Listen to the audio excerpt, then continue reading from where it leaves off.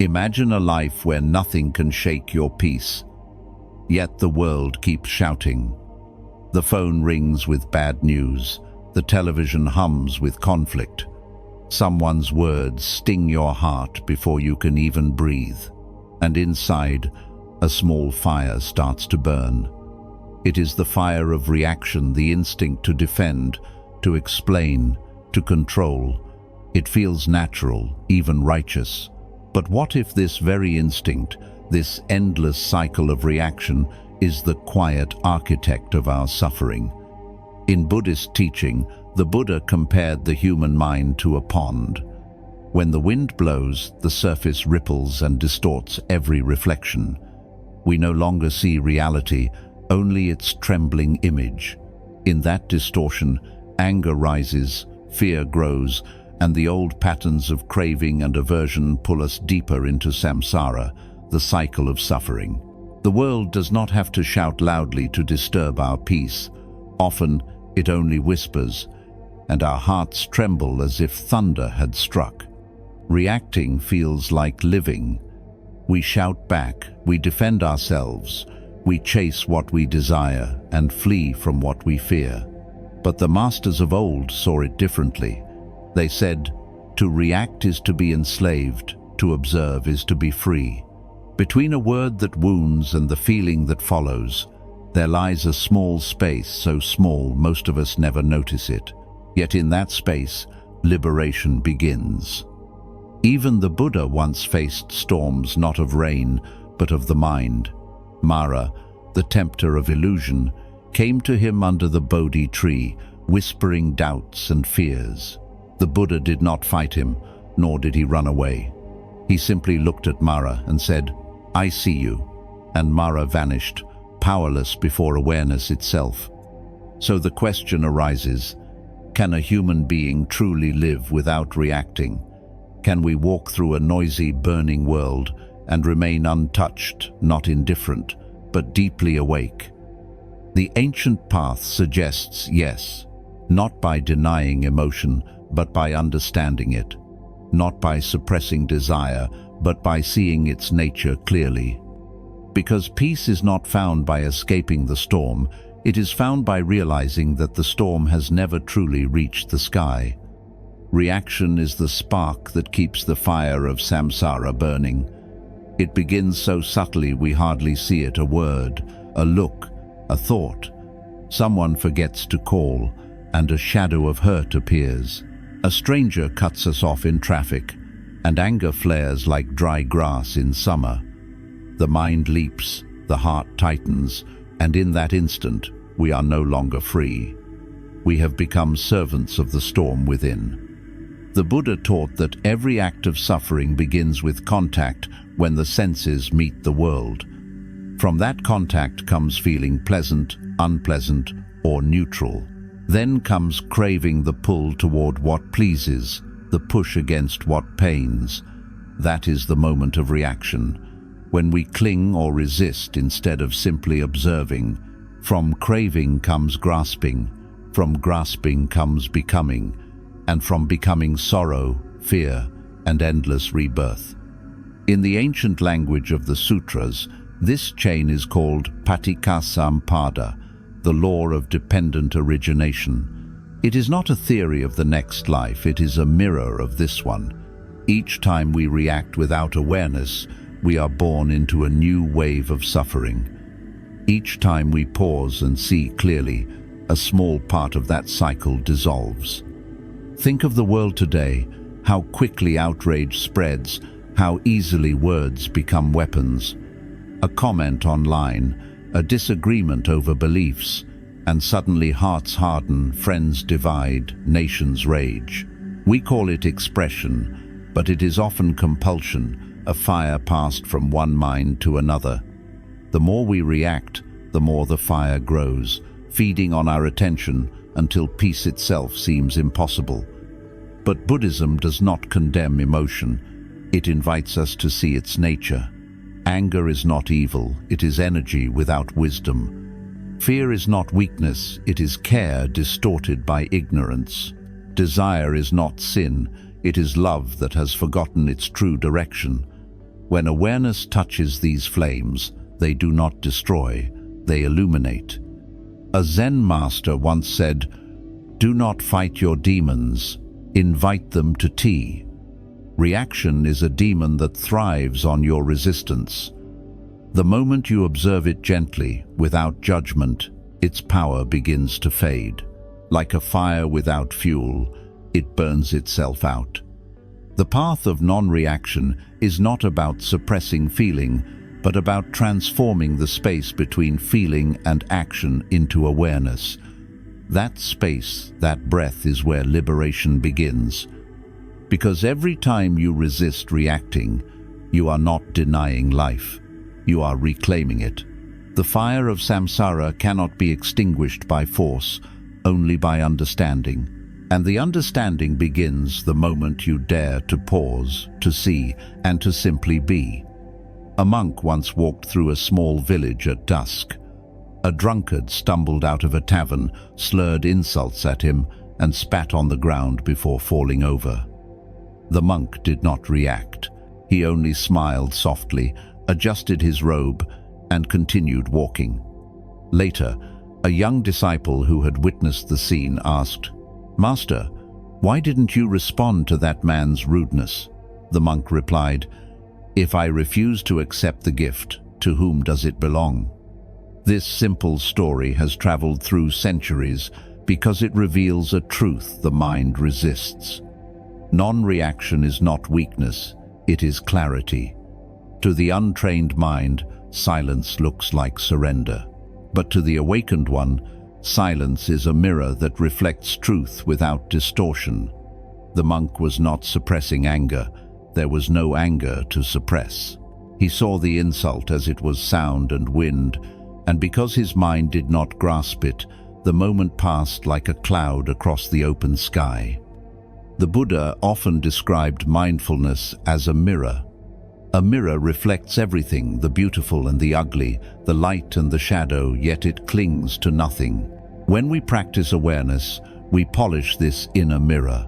We learn to see our thoughts and emotions as passing reflections instead of permanent identities. The anger that flares is not you. It is an image that appears in the mirror of mind, vivid but fleeting. The fear, the jealousy, the pride, all of them are temporary visitors. They do not define the space in which they arise. But most of us live as if the mirror were our reflection. When anger appears, we say, "I am angry." When sadness comes, we say, "I am broken." We merge with every passing image and lose the vastness of awareness itself. The Buddha called this upadana, attachment to the aggregates of body and mind, the root of all suffering. So how do we live like the monk? Not by avoiding the world, but by seeing clearly before reacting. When a harsh word reaches you, pause. Feel the warmth rising in your chest, the tightening of your breath. Notice it. Name it gently. This is anger. Watch it the way you would watch a storm rolling over the sea with interest, but not fear. The storm may be loud, but it cannot harm the sky. Imagine for a moment that you are standing on a mountain and watching the clouds drift below you. They come and go, dark, bright, heavy light, yet the mountain remains unmoved. This is your mind when it is awake, still, grounded, luminous. Non-reaction is not passivity. It is participation with wisdom. It is the courage to let life unfold without grabbing, the grace to meet each moment without resistance. In that clarity, compassion blooms naturally. You see that others too are prisoners of their storms, speaking and acting from confusion, not from evil. When you learn to see before reacting, you no longer mirror the world's chaos, you reflect its truth. And slowly, moment by moment, the mirror of your mind becomes so still that even the fiercest insult or deepest sorrow dissolves into light. We live in an age of vibration. Our devices vibrate, our screens flash, our minds buzz like restless insects under neon light. Information floods us like a river without banks, news, opinions, updates, notifications, all demanding a reaction. Every sound, every ping, is a hand tugging at the sleeve of our attention. And so we spend our days pulled in 1,000 directions, rarely still enough to hear the quiet voice of wisdom that lives beneath the noise. This is the modern illusion, what the Buddha called Maya. It is not merely falsehood, but the veil of distraction that covers the real. We scroll through the surface of life, mistaking stimulation for connection, reaction for engagement. We crave to be seen, to be heard, to matter. Yet the more we seek attention, the less attention we give to the present moment itself. Our devices vibrate, but so does our craving for attention. It is not the machine that enslaves us, it is the thirst inside that keeps reaching outward for validation. We live inside a global chorus of reactions, instant opinions, outrage, applause, judgment. The faster we respond, the more the world rewards us with likes, hearts, or fleeting recognition. But as the speed of reaction grows, depth disappears. We mistake movement for meaning, volume for truth. The mind, exhausted from the constant push and pull, begins to lose its natural rhythm, the rhythm of awareness, pause, reflection, response. Emotional fatigue becomes the silent pandemic of our age.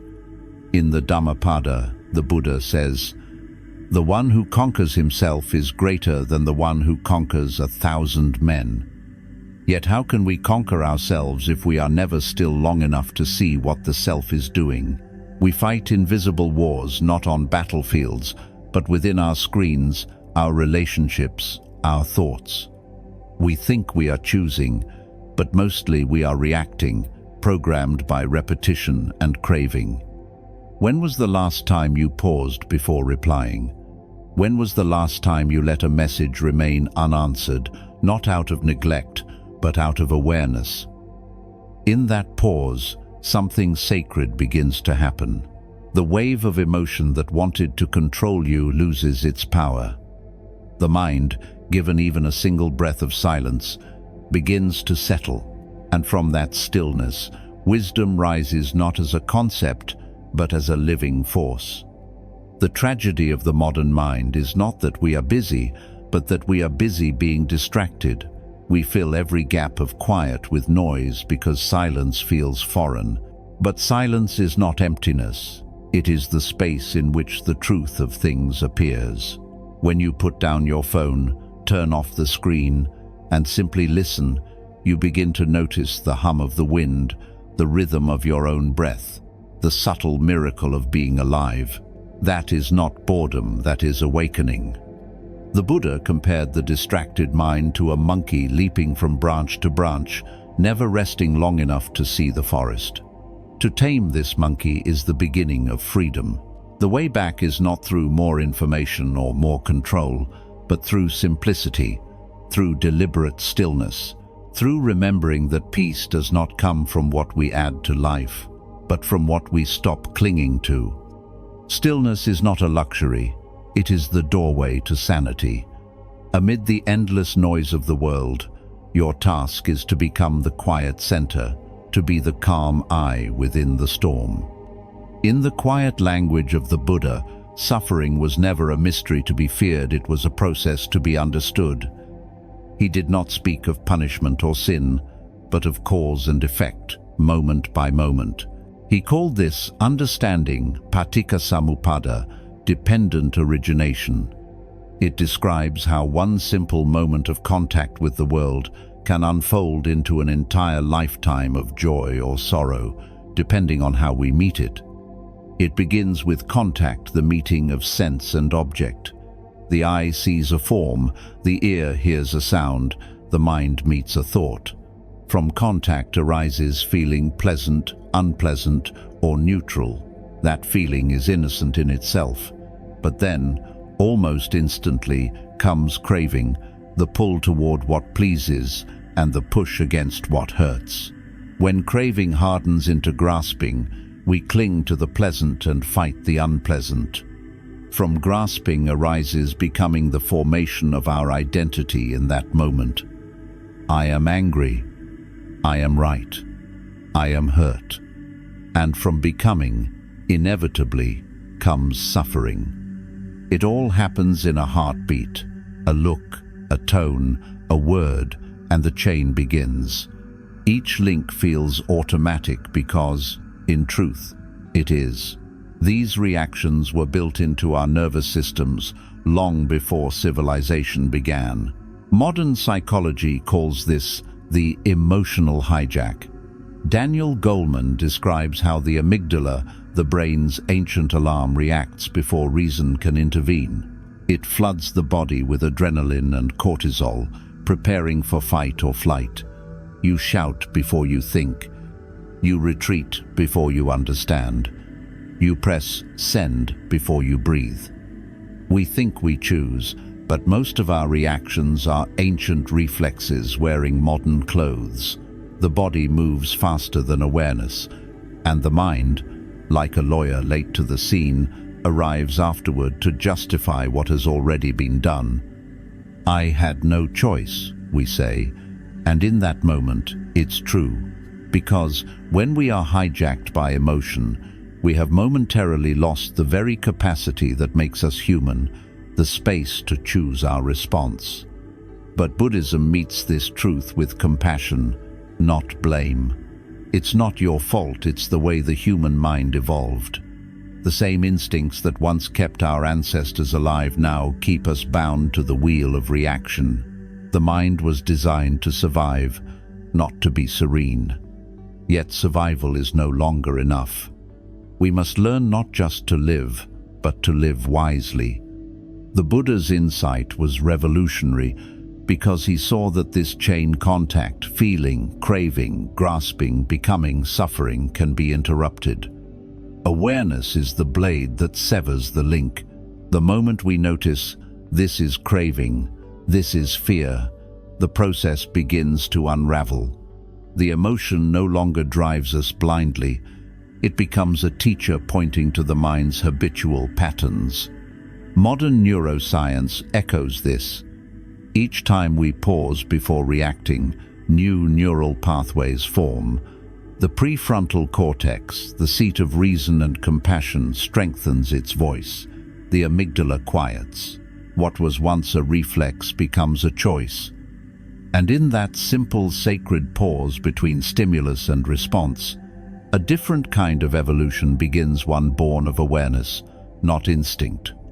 The Buddha once said, "By oneself is evil done, by oneself is one defiled, by oneself is evil left undone, by oneself is one purified." He was describing mastery of the inner machinery of reaction. The same brain that once fought tigers now fights shadows in thought. But awareness can tame even this ancient creature, because what has evolved can also awaken. Somewhere between the moment you feel and the moment you react, there is a breath, small, invisible, sacred. Most people never notice it. It is the blink between lightning and thunder, the space between the spark and the flame. But those who walk the path of awareness learn that this breath is everything. It is the doorway from chaos to calm, from karma to freedom. The Buddha called this sati, mindfulness, the art of remembering to return to the present. When feeling arises, mindfulness says, pause, just one breath. The ancient masters knew that in this pause, the entire wheel of samsara can be broken. There is a story told in Zen monasteries. A young monk once came to his teacher, trembling with anger after being insulted. "Master," he said, "I could not stop myself. My words burned like fire." The master smiled and asked, "Did you breathe?" The monk frowned, confused. "Of course, master, I always breathe."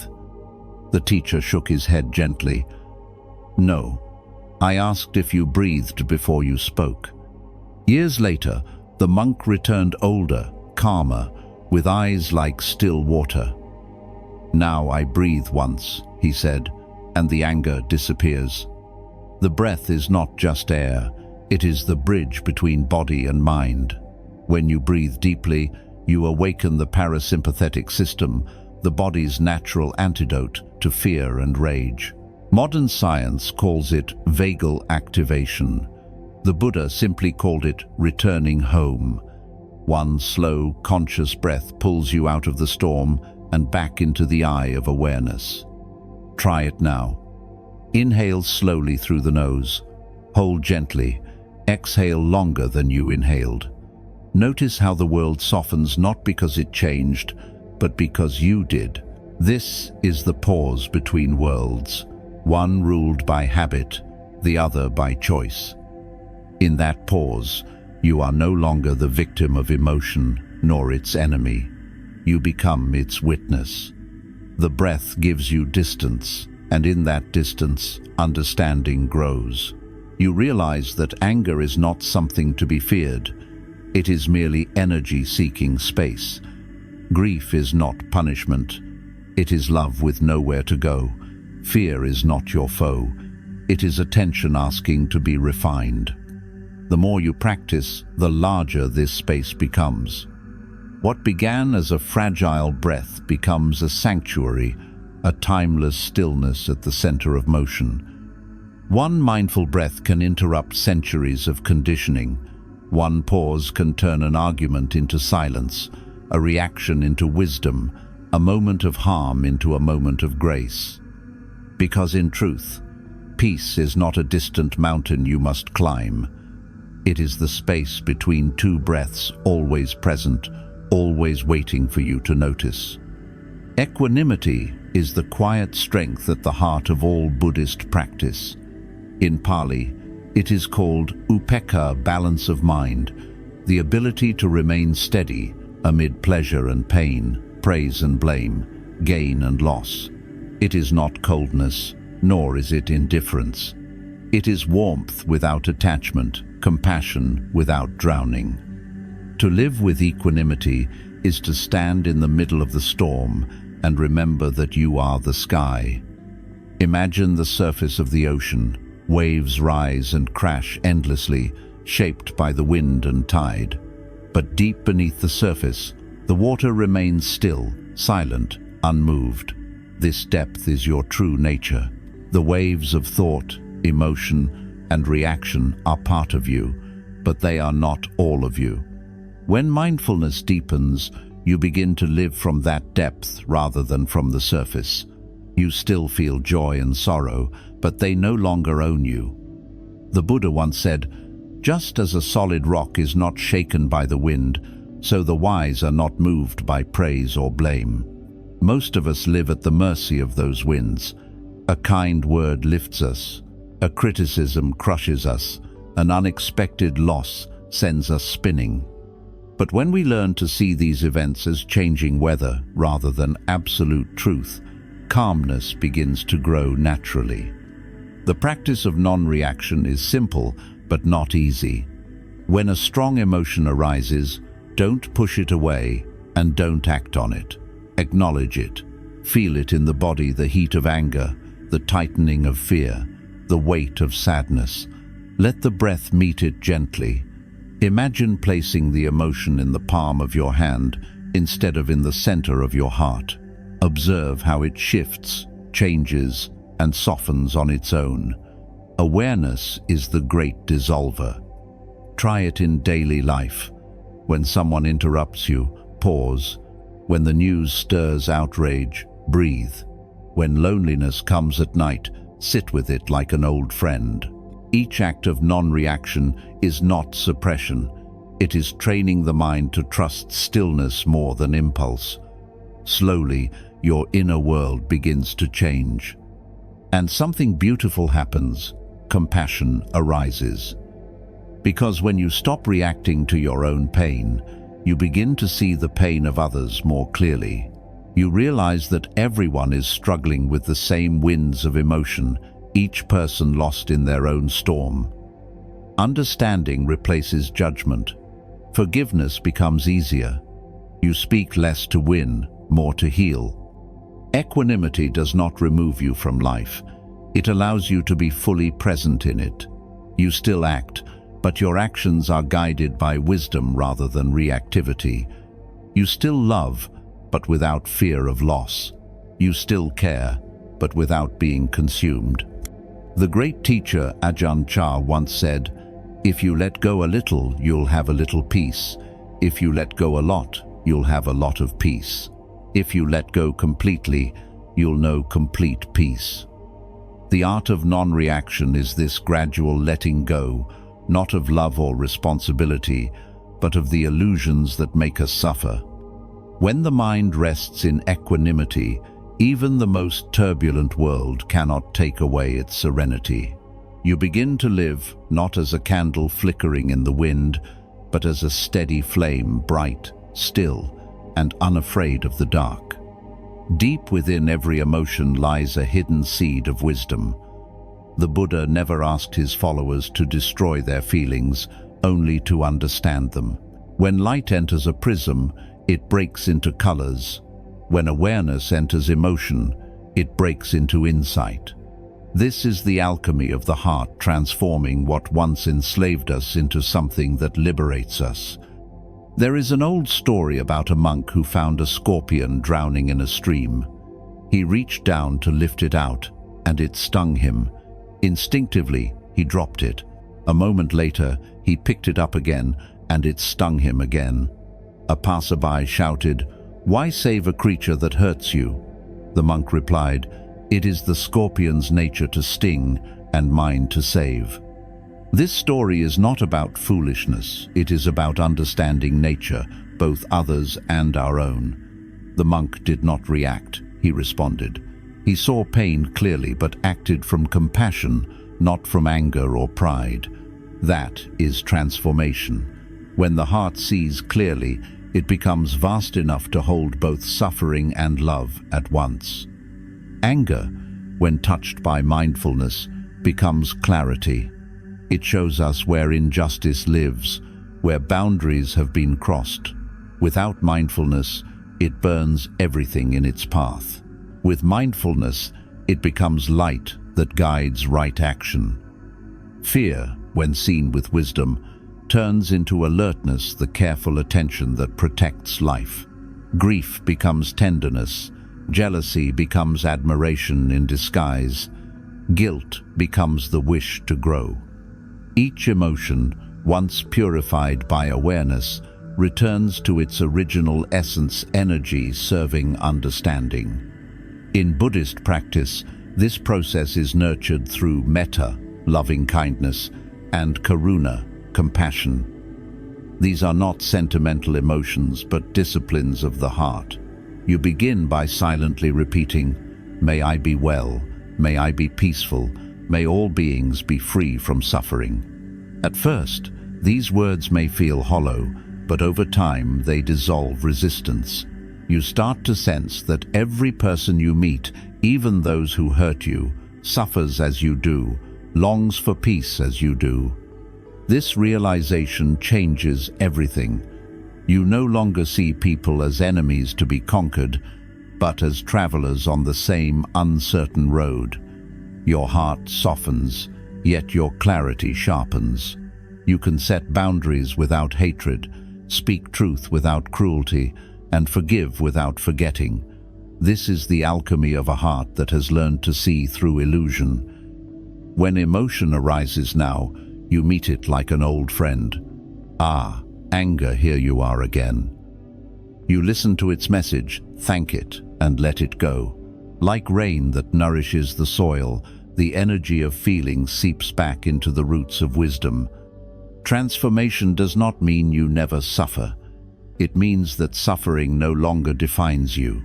The fire still burns, but it burns clean, without smoke, without destruction.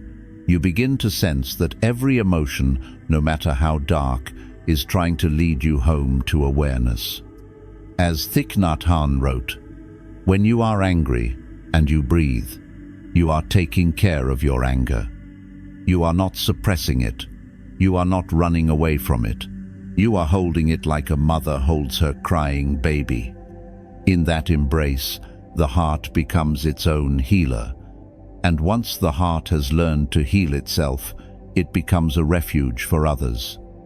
It is easy to feel peaceful when surrounded by silence. The real practice begins when the noise returns, the children arguing, the traffic blaring, the news shouting tragedy into your home. This is where stillness must prove itself.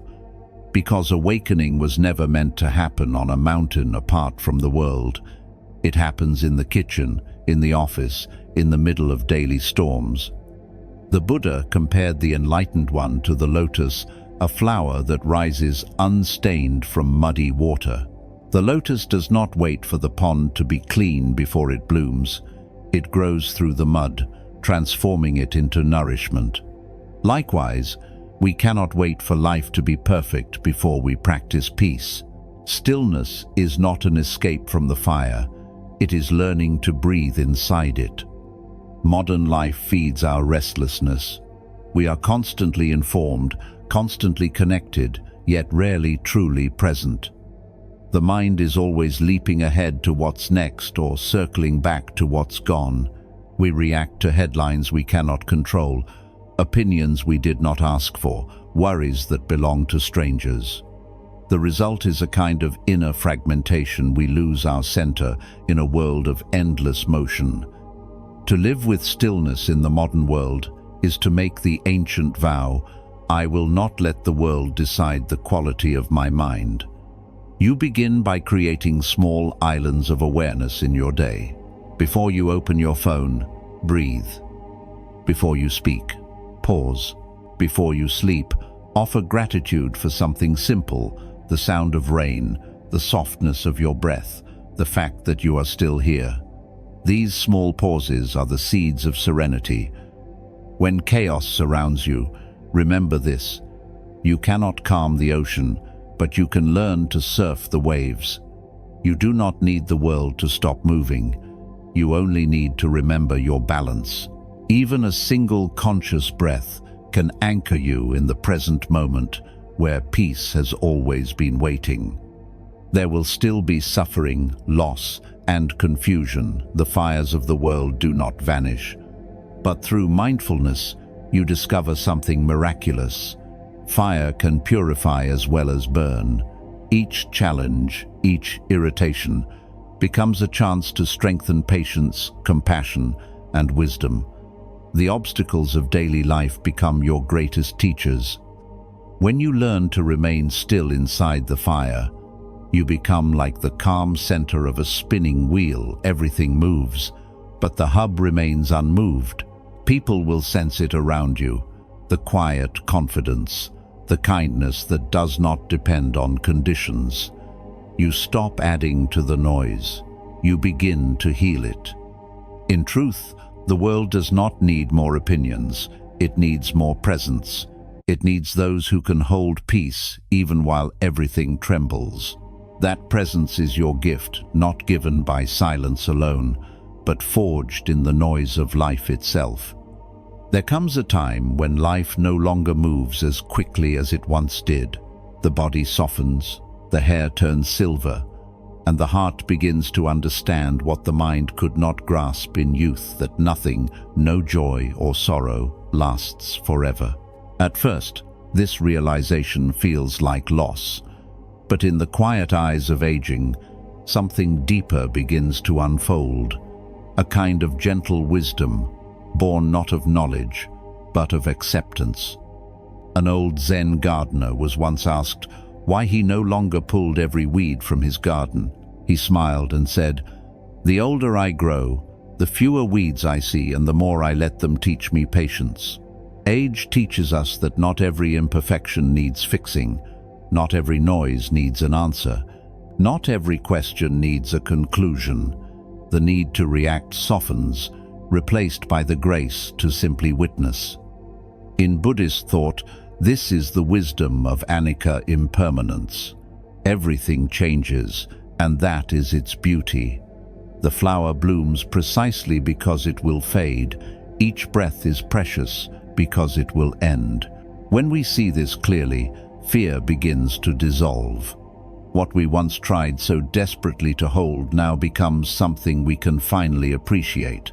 The sunset is beautiful because it ends. A life is sacred because it passes. Growing older, if we let it, becomes a practice of letting go. The roles we once played, parent, worker, achiever, gently loosen their grip. We realize that what remains, beneath all the identities and desires, is something timeless, awareness itself. This awareness was there when we were children. It is here now, and it will remain even when the body returns to the earth. The Buddha called it nibbana, the unconditioned peace that cannot be shaken by birth or death. With age comes a slower rhythm, and in that slowness there is space. Space to notice the small miracles we once rushed past, a cup of tea steaming in morning light, a bird's song echoing through an open window, the touch of a loved one's hand. These are not small things, they are the whole of life. And so the practice matures. Non-reaction, which began as discipline, becomes second nature, a soft smile at life's changes, a quiet acceptance of its flow. There is no longer a need to prove or to defend, to win or to escape. There is only the steady warmth of being. The wise elder does not fight time, they walk with it. Their peace is not in forgetting, but in remembering what truly matters. To be awake, to be kind, to be free. The journey of awareness is not about reaching a distant goal. It is about realizing that the destination has always been within you. The Buddha taught that liberation is not the creation of something new, but the unveiling of what has always been true. When awareness fully awakens, it does not find perfection, it finds reality. And in that reality, all things are seen just as they are, impermanent, empty of self, yet shining with quiet beauty.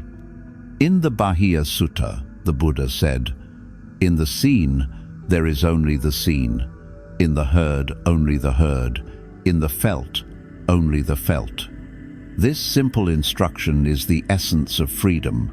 It means seeing the world without layering it with stories, memories, and fears. When you truly look, without clinging or resistance, the mind becomes transparent like still water. Reality reveals itself direct, immediate, unfiltered. To live this way is to be free. You are no longer imprisoned by the interpretations of the mind. A thought arises, and you see it as thought. An emotion arises, and you see it as emotion. You do not fight, you do not follow, you simply know. This knowing is not cold observation, it is luminous, tender, alive. It is the awareness that sees both joy and pain, and says, "This too belongs." Most people think freedom means getting what they want, but true freedom is needing nothing to be different. The awakened heart rests in what is. You can walk through loss without despair, through success without pride, through uncertainty without fear. Life continues to move, but you no longer move with confusion, you move with grace. When awareness deepens, even suffering becomes sacred. You begin to see that every tear, every failure, every moment of confusion has been guiding you toward this clarity, this quiet seeing. The storms of emotion, once enemies, now become messengers showing you where attachment still hides. You thank them, and they pass. This is liberation, not floating above the world, but standing in it, untouched by its illusions. The self that once demanded, defended, and desired begins to fade like a shadow at dawn. What remains is spaciousness, the pure, loving presence that has always been here, beneath all doing and becoming. When no one can trigger you, when no event can steal your peace, when you meet the world not as I, but as awareness itself, that is freedom. It does not belong to monks or mystics alone. It is your birthright, as close as your next breath. The Buddha once said, "Peace comes from within, do not seek it without." Awareness is that peace, not something to be found, but something to be remembered. And when you remember, the journey ends where it began. Right here, in this very moment, awake at last. The world may never stop shouting, but you no longer need to answer every sound. The mind may still move, but you have found the still point within its motion, the eye of the storm. And from this stillness, a new way of living begins, the quiet revolution of awareness. Revolution does not always come with fire and noise. Sometimes it comes with a single breath. The greatest transformation is not when the world changes, but when your relationship to it changes. You no longer chase what you love, nor run from what you fear. You move through life as a calm witness, participating fully, but no longer possessed by the rise and fall of circumstance. The Buddha said, "Better than 1,000 hollow words is one word that brings peace." When you live from awareness, everything you do becomes that one word. Your presence becomes the teaching. Your calmness becomes the light that others unconsciously seek. You do not have to preach or persuade. Your being itself begins to soothe. Look around. The world aches not from a lack of progress, but from a lack of presence. People are tired, not from work, but from reactivity. They crave silence more than entertainment, understanding more than agreement. Each time you choose awareness over impulse, gentleness over haste, you add stillness to the collective heartbeat of humanity. This is the true revolution, not of ideology, but of consciousness. You become a refuge, not only for yourself, but for others. When someone meets your steadiness, they too remember their own capacity for calm. The ripples spread, quietly, invisibly, like light on water. So pause now.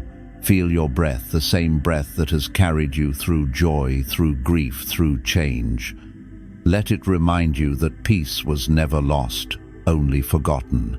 The storms will come again, as they always do. But now you know the secret. The sky has never been broken. May your mind be spacious, your heart tender, and your breath a bridge between worlds. May your stillness awaken others to their own. Because the most powerful act in a restless world is not to shout louder, but to remain at peace. And from that peace, everything else will find its rightful place.